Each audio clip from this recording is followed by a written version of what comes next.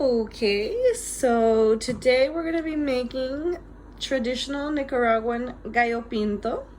So to get started, you are gonna need red beans, preferably in the bag, but they didn't have any because COVID. So I just got this canned red beans, which should work. Rice, which I will show you how to make. Some onion, preferably yellow, but this is what I had, so we're gonna use that. And some garlic and some bacon. In case you don't know how to make rice, so you're gonna take a cup and fill it up with rice. 1 cup should be plenty. In the meantime, we're gonna put our bacon in the oven at 400 degrees. Then you're gonna want to rinse your rice. So you're gonna wanna put it in a strainer. I have a lot of dishes in the sink, so sorry about that. Put it in a strainer and rinse it like so. And just keep on rinsing it. Now give it a little shake to make sure that it's a little dry. You get some of the water out. Okay, then we're gonna add about a tablespoon of any kind of oil. I prefer olive oil. Okay, we're gonna turn the stove on.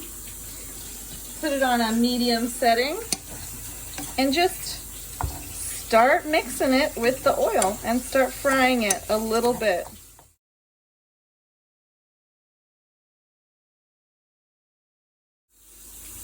Okay, at this time we're gonna check on our bacon.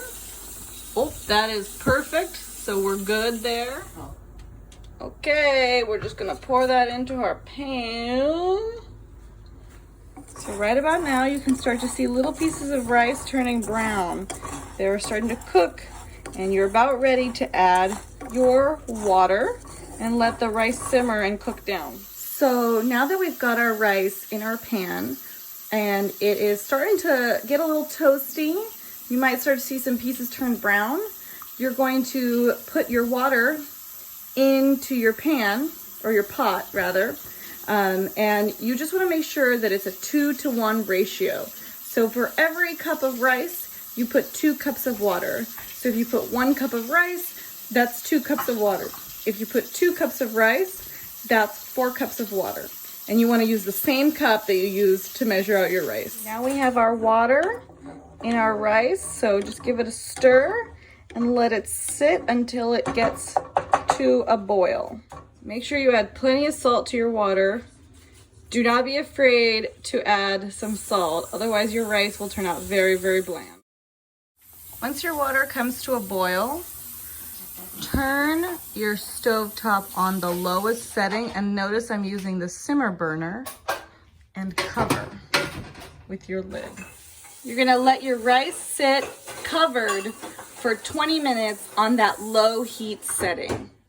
Don't open it, don't touch it, just leave it covered. So normally, I would not worry about this step, but since these are canned beans, we have to drain them. You're making basically Nicaraguan fried rice, so you don't want any liquid in there so you can get nice and crispy. So we're gonna put these in a bowl with a strainer and drain them. So as you can see, I'm just letting my beans drain into this bowl so that when we're ready to fry them, they're dry. Make sure you finely chop your onion, whether you're using yellow or red. So once you want it to look something like this, very small pieces.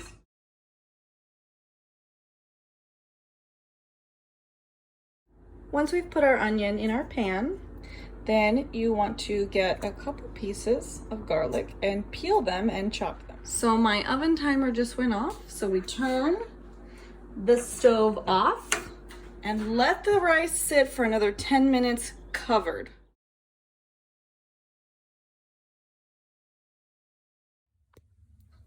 So now that you have your garlic and your onion in your pan, you're gonna light it and put it on a medium to high heat.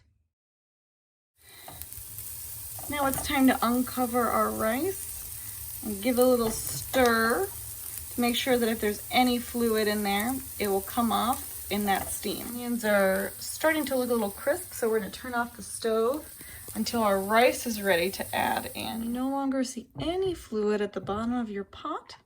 You're ready to transfer it to your pan. And we're ready to add our red beans in.